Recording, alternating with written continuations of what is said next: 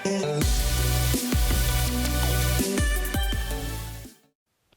guys, so let's just launch right into it. This is an honest unboxing and review of the Nerf Terrascout. We've got cones to drive it through, we've got cups to obliterate with its guns, and we've got these things for reasons and such. So, the Terrascout comes in a ginormous box and MSRPs for 200 United States dollars. We will talk about whether or not it's worth that in a completely separate video, because that is a big and important thing for any flagship blaster, is the price, of course. But right now we're just going to talk about the Terrascout in and of itself, standing on its own merits. So, this is the blaster, this is the tank portion, it has treads, it has a rechargeable battery, which is huge game for a Nerf blaster, and it's requiring 4 AA batteries for the controller. So this will be the first flywheel blaster, I believe, that is powered by a rechargeable battery, and that is big game. Now we have all-terrain dart blasting on account of the tank treads, 18 elite darts come inside, live video feed. We can even save some of the live video feed should we include an SD card, which we would have to purchase on our own because it is not included. There are 4 channels down here, looks like standard tank control, so you could, in theory, have 4 of these battling one another, which, if you guys remember, is something I said that I would be very, very interested in, is having them fight, robot fight style. So 18 dart clip-fed blaster, adjust the angle of blasting. I wonder if that'll be a controllable feature here, or if that's something that you have to do manually before you send it off. Now, drone turns 360, all tank-controlled things turn 360, I thought. And then we have the speed down here is 215 feet per minute with fully charged battery. I have no idea how fast that is in a real world scenario, so I think that my walking speed is, I'm trying to think of like what 215 feet even looks like. That's 2/3 of a football field. How long does it take to walk across an American football field? It's complicated. I think in meters. Anyway, record your RC battles and then view out of sight targets using the live video feed. So that's talking about the box. Let's get it out, speedy style.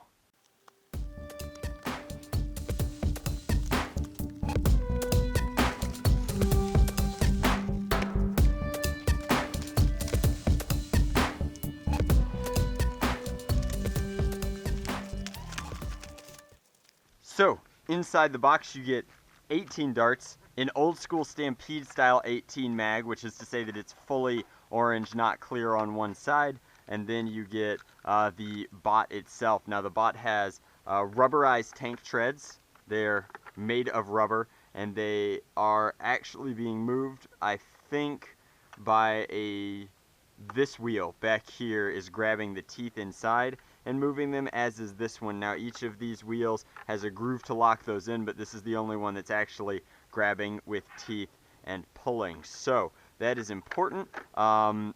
Here's our channel switch so that we can align it. Here is the on-off button. Now blaster comes with its RC battery. Here it is an NIMH battery, so it's not the perfect technology for using dart launching, but it's excellent for RC and has been used for that for a very, very long time. Then we have tape in here holding this down because we're going to have to connect the control cables to assemble the bot. Some assembly required. Now, here we have how to recharge the battery. Comes with an included charger. Should be very easy and is sized for American ports. So I'll plug this into charge pretty soon. Then hopefully it's protected somehow. I guess this would have the protection built into it. I don't see the LED indicators down there. Alright, excellent. And then we will install some batteries into our controller. The battery that is rechargeable is going to go inside here via Phillips head screwdriver, and then the bot itself is going to be assembled in this way. So I think that we can assemble it immediately if we so choose. So the big part is facing the blaster forward. Interesting that this does have both tactical rails on top and on bottom, as well as a in-strike barrel attachment. I think that those have been omitted from so many things that now they're on the thing that doesn't really need them. That's kind of wild. And then you can see there is a jam door on the blaster. This is obviously our flywheel cage. Flywheels are mounted vertically, and let's connect it. Why not? So this is pretty stupid proof. The ribbon cable has a notch on one side and does not on the other. Now what is interesting is that this could be disassembled if you needed to take it apart for whatever reason, but that clips in. It is locked and loaded, and then locks like this and slides forward into place. So now it is good to go and consecutive. You almost couldn't tell that it's two separate pieces now. We'll talk about the controller after we get it charged up. Let's do that.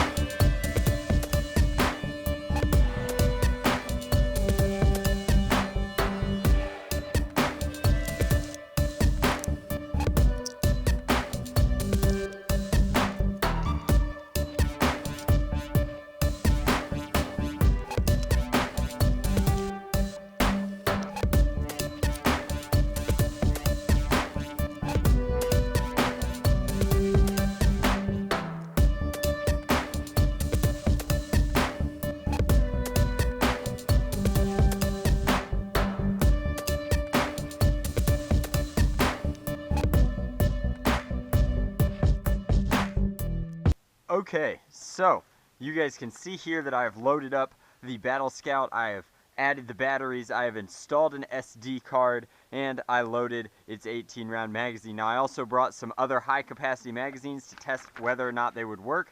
I've also established an entire obstacle course for our little friends to go through. So this is our crosshair, we have barrel elevation icons, we have the SD icon, we have a timer for some reason, we have the controls here include telling us how to record, how to access the jam door, which we've already talked about being over here, and yet ultimately unnecessary because the bot will be away from you often enough. And then there's actually a way to store the controller here.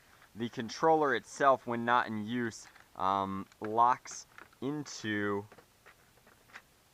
the Terrascout like so, and so you don't lose the controller. It will always be there, and that is also very cool. So the actual controls are, of course, forward, backwards, left, right, like I said, tank controls. And then up here we have the recording status, the recording button, an LCD screen, a sun visor, which also doubles as protection on here, and then we have a firing trigger and an elevation switch. So that is obvious because this one goes up and down, so that's elevation, and then this one is just down, so that is your firing trigger. Now I hope that this is as intuitive as I want it to be. Let's power on the controller. Let's try to power on the controller. There we go. We've got a fun and friendly Nerf logo there for you guys. We'll keep it on channel 1. This also needs to be on channel 1 and on. And so it is. So I think that they're trying to pair right now. And sure enough, that is a heads-up display of our box. And it's going to tell us, oh my gosh, it is all-terrain. This is really cool, guys. So it won't even fire or rev with no magazine inside, which makes a ton of sense. This is actually telling us our elevation and adjusting the camera in real time. Guys, this is cool. I know that a lot of people said that this was overhyped and too expensive, but this is really, really neat. So let's load our in-strike magazine in, and I think that this is going to be full auto, but we will find out. Oh wow, it turns fast.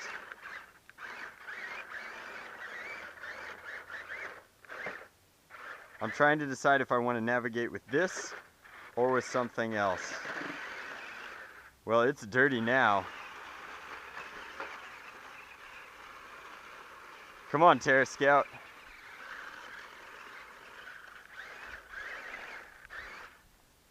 So, as promised, spins 360 degrees, goes uphill pretty fast, comes downhill equally as quick, Very, very cool. Let's go ahead and start recording so that we can, in fact, okay, so the timer tells you how long it's been recording, so we'll get some of this footage on camera. But first we're going to test its ability to navigate through things.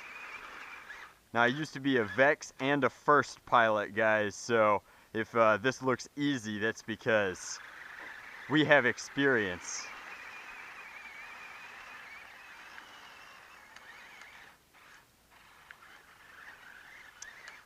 I might have been a bad Vex pilot, though. He turns much faster than he goes forward. Okay, excellent. Through the cones and around. All right, let's go up to our pylons.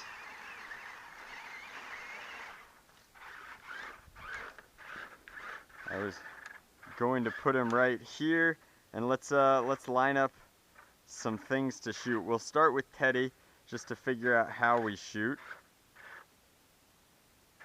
Alright, Teddy is in the reticles. He will be a direct hit according to this, guys. So let's fire.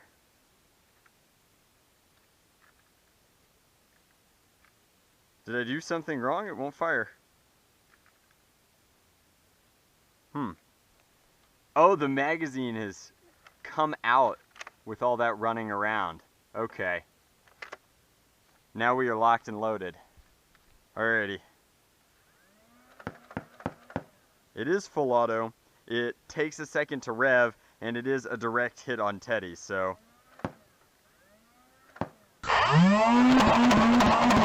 It is full auto.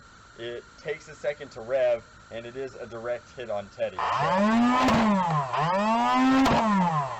That's pretty cool, guys. I dig that. Alright, we've knocked over our pylons. Let's line up our reticle as closely as we can with the top cup and fire again.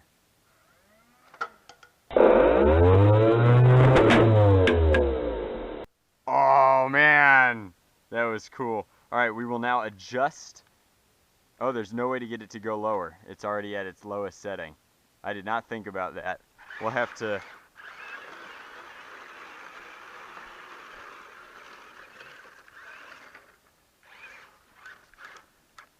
back it up.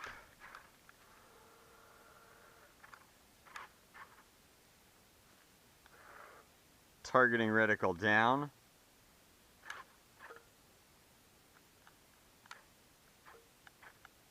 Okay, this should be it, guys. We've lined it up again using the reticle. Nope, not quite. A little higher. Ha ha ha ha! This is too much fun, guys.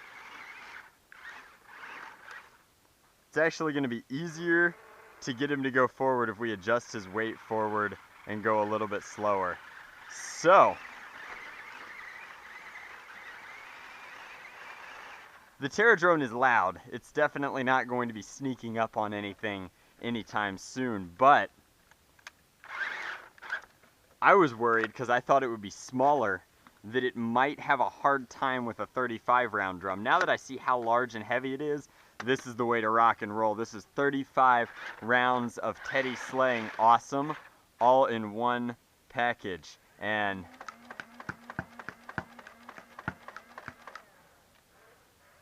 can we adjust while firing? Yes, we can. So ranges are standard elite ranges. You can see from some of those ranged shots that it's definitely getting like rapid strike style performance, but this thing is awesome. I really like this. I think that it's super duper cool. I highly recommend it. I know that it's expensive. We'll be talking about how expensive it is in a completely separate video, which I will link to in the description box as well as here, where I kind of rant about whether or not it's worth the money. And I mean, I think that it's a ton of fun. I cannot wait to take it to an SE&C war. I in particular want to battle my friend Jesse with it and his FDL. His FDL has a turret mode, and I think that it would be fun to have autonomous Nerf battles. Most importantly, I want one more of these things so that the Draculina and I can settle arguments by fighting Nerf bot style. I think that there's a lot of different game types that you could play where players have to sit in a room, send their robot out into a course, and the robots themselves compete, where you don't get to follow the robot. You have to use this heads up, which has a slight delay, maybe about a second or a fraction of a second, and I think that just overall it is very, very cool. But this thing is all kinds of fun. Like, that's just really, really neat. So thank you very much for watching. That's been my review of the Nerf Terra drone. I like it. I'll put a link in the description box to how you can buy it. I think it's going to be a big toy this Christmas, just because if I'm having this much fun with it, it's got to be good. Oh no, don't drive into the wall, Terra drone. Trying to navigate him back.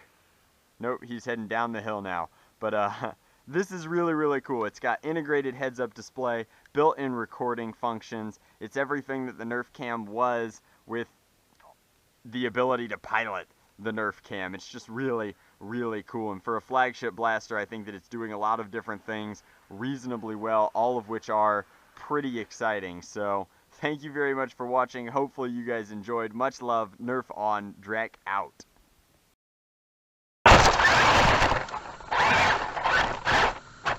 Back it up.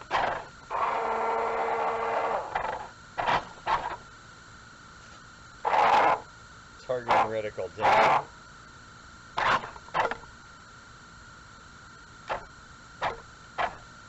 Okay, this should be it, guys. We've lined it up again using the reticle.